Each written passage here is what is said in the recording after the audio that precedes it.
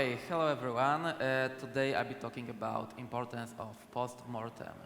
Today so far we have seen many different very useful tools, also many different vulnerabilities.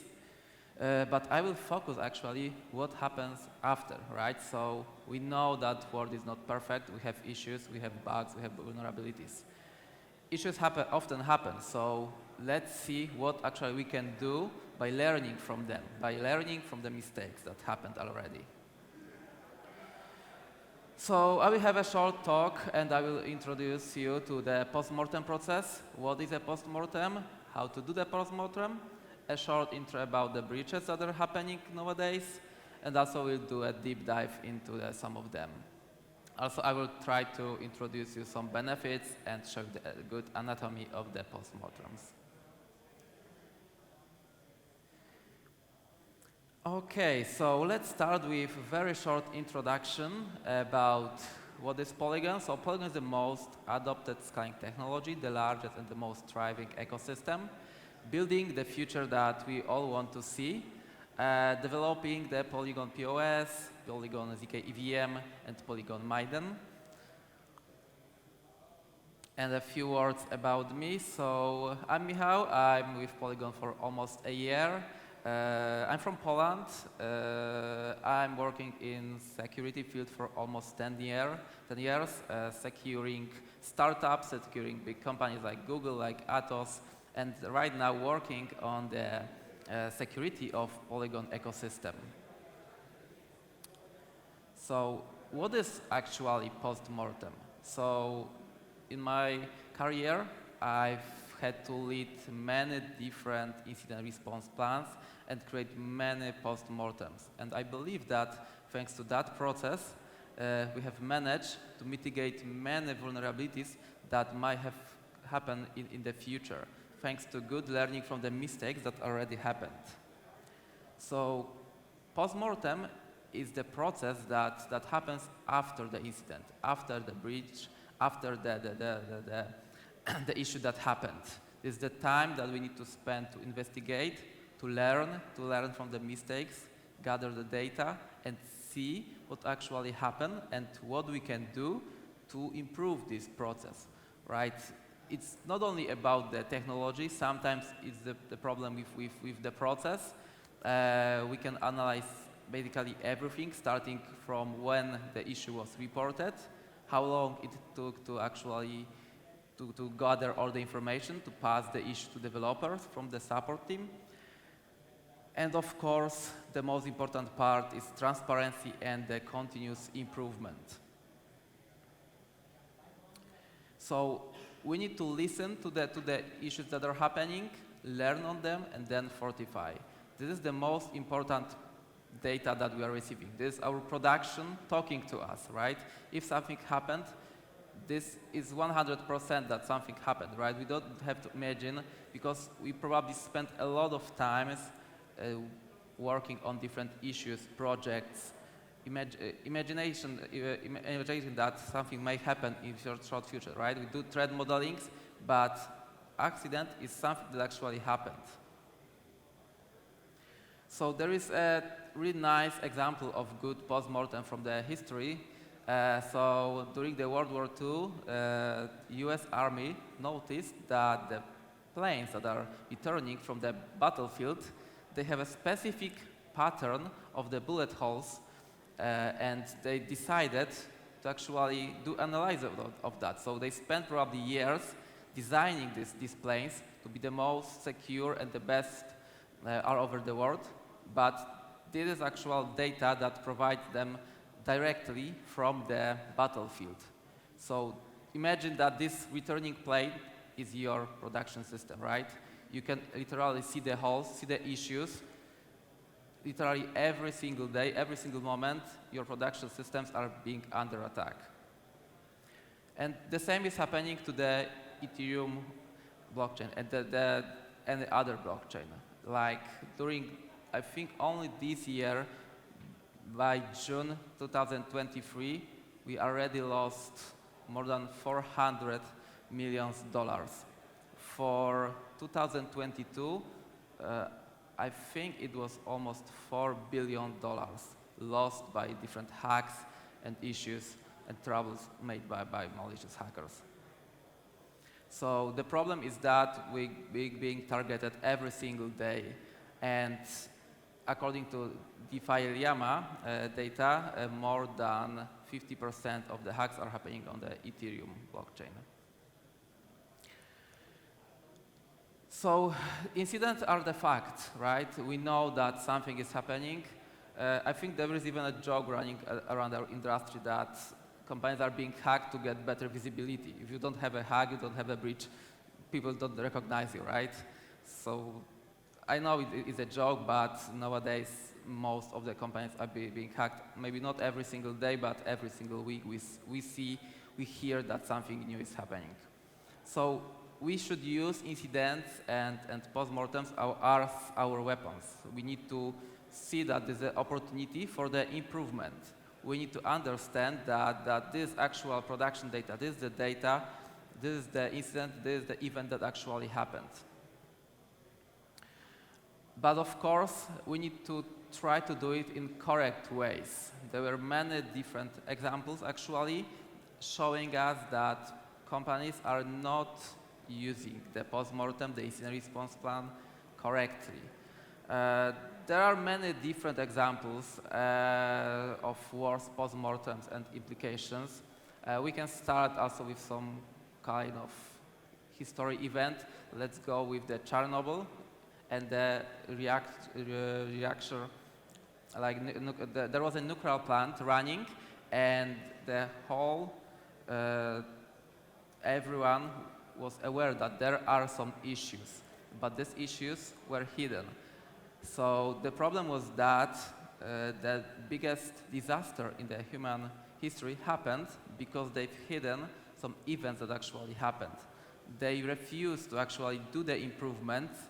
They had the data, they had everything, but under the specific conditions, all the small issues combined produced the biggest mistake in the human history. And of course, we can recall many other incidents or failures in post-mortem process. I really like LastPass issues because this company is supposed, they have a product that is supposed to provide us with the best security measures, but so far we have found at least 6 different hacks happened on the LastPass, 6 different post-mortems. Even a few days ago, I saw the research paper showing that hackers are actually breaching the data from the LastPass, finding the seed phrases by patterns and exploiting that to draw the money. The problem is that they actually started with very poor response. They claimed that actually someone breached their systems, and they were claiming that the customers' data is not affected.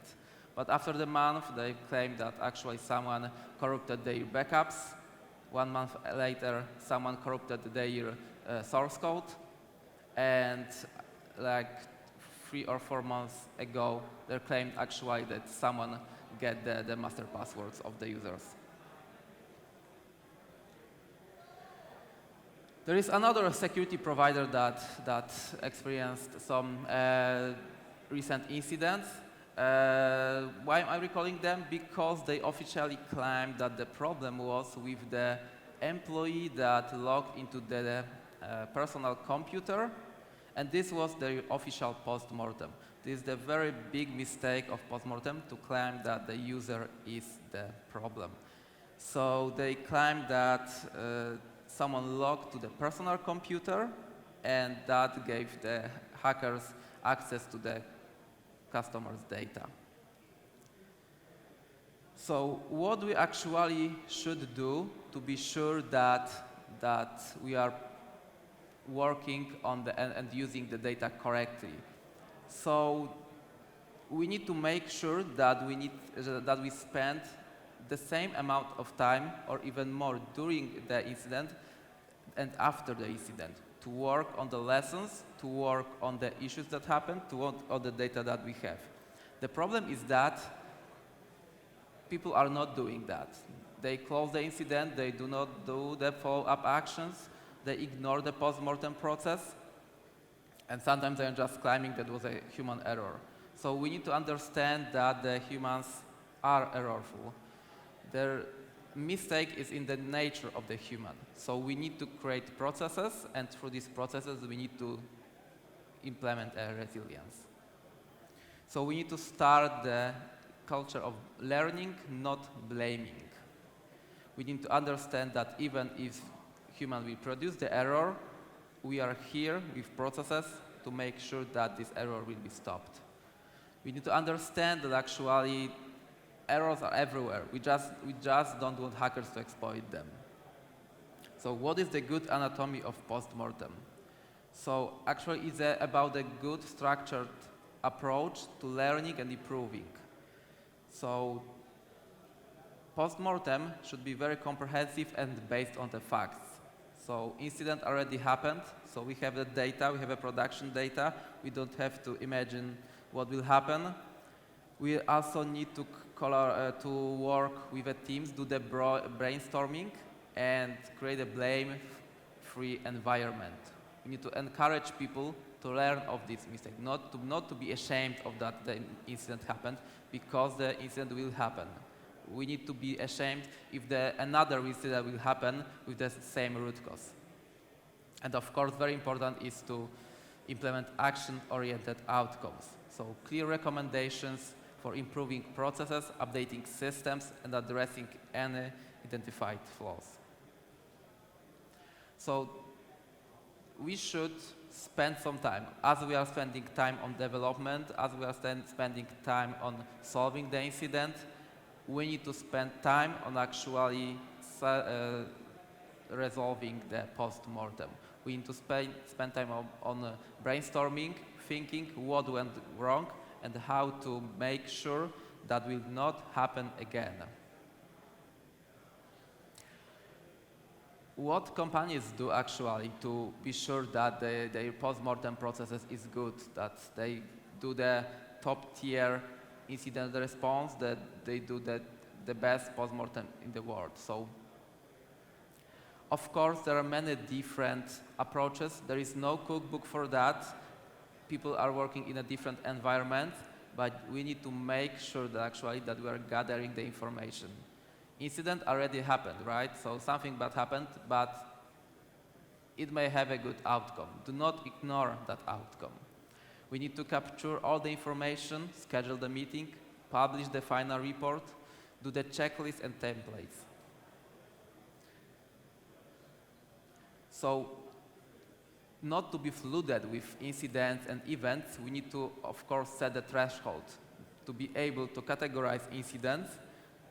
We can choose different priorities, but we need to make sure that we have set up a threshold that we will follow. And the very important thing is not to procrastinate.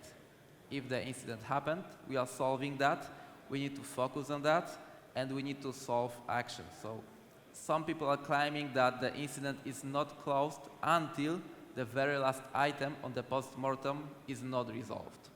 Because this is the real root cause. We are not only stopping the incident from happening, we are also implementing the improvements. Of course, the assignment of the roles of the owners should be clear to be sure that we have a follow-up of the actions and that the post-mortem will not die in the draft process. We need to make sure that actually this live process, we should do a follow-up to check if all the issues were resolved. We can reuse templates because people are used to working on templates, especially if they're working in the rush, if the incident happened. So the problem is that usually teams are overloaded, security teams are also overloaded. Incident happened, so there is another portion of the work to be done, and people are usually forgetting about the proper follow-up of post-mortem. Very important thing is actually to include a timeline of the event, what happened. This analysis of the timeline will allow you to get very important data about your processes, how the issue was reported, when things happened, how long it took to resolve the incident. So, and of course, details. we are noting all the details, we are noting all the logs we can get. The very important part of the post-mortem is not only claiming and blaming what went wrong. People are forgetting about thinking what also went well and how. So during this time, during post-mortem, we should also spend some time thinking what actually went well. If our response process was good, we should also note this down and check that the process was working properly. If we have other layers of security, it also worth to mention that. This dual perspective not only helps to identify areas of improvement, but also help us in implementation of successful practices.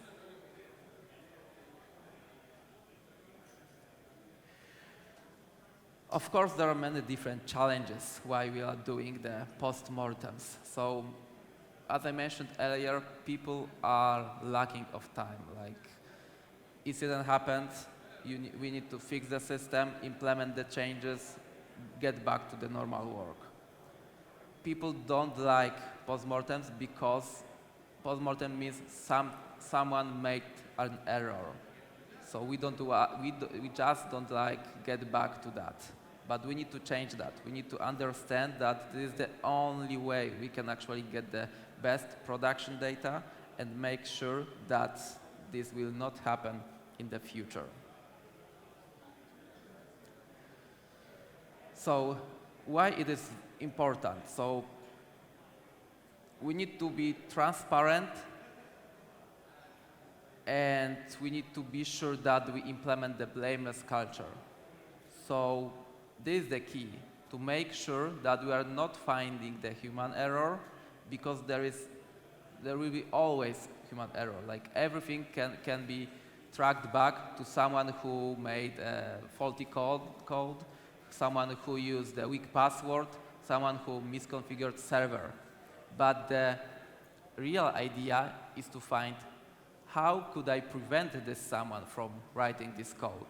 How could I prevent someone from misconfiguring this server? How could I prevent someone from misconfiguring this server, right? So this is what we can do, because people will be always faulty. And we cannot blame them for that. Of course, we can educate them, but that's why we need to create processes. And of course, we need to keep critique constructive. So even if something is wrong, we need to focus on that this feedback will be used, that this feedback is good, that will help us to produce better output.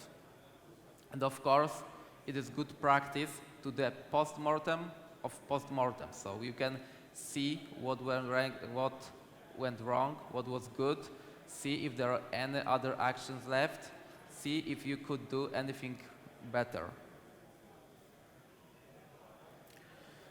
And of course, there is no cookbook. Teams are different.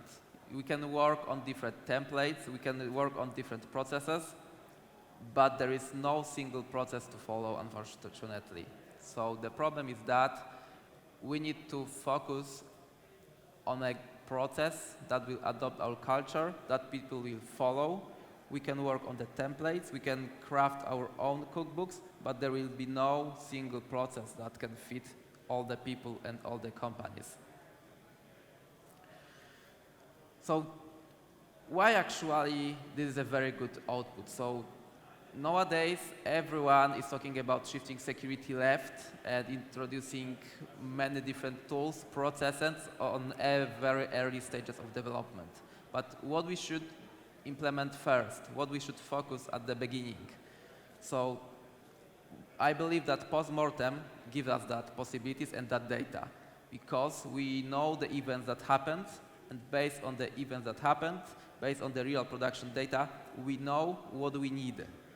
So that's how we can actually think about the new tools we need to implement. This is a very good input. So I also encourage you to visit our site and join our bug bounty programs, as this is very good input for us.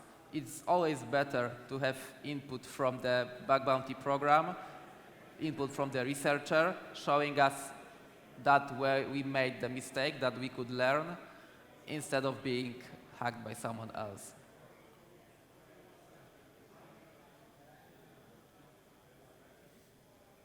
Thank you.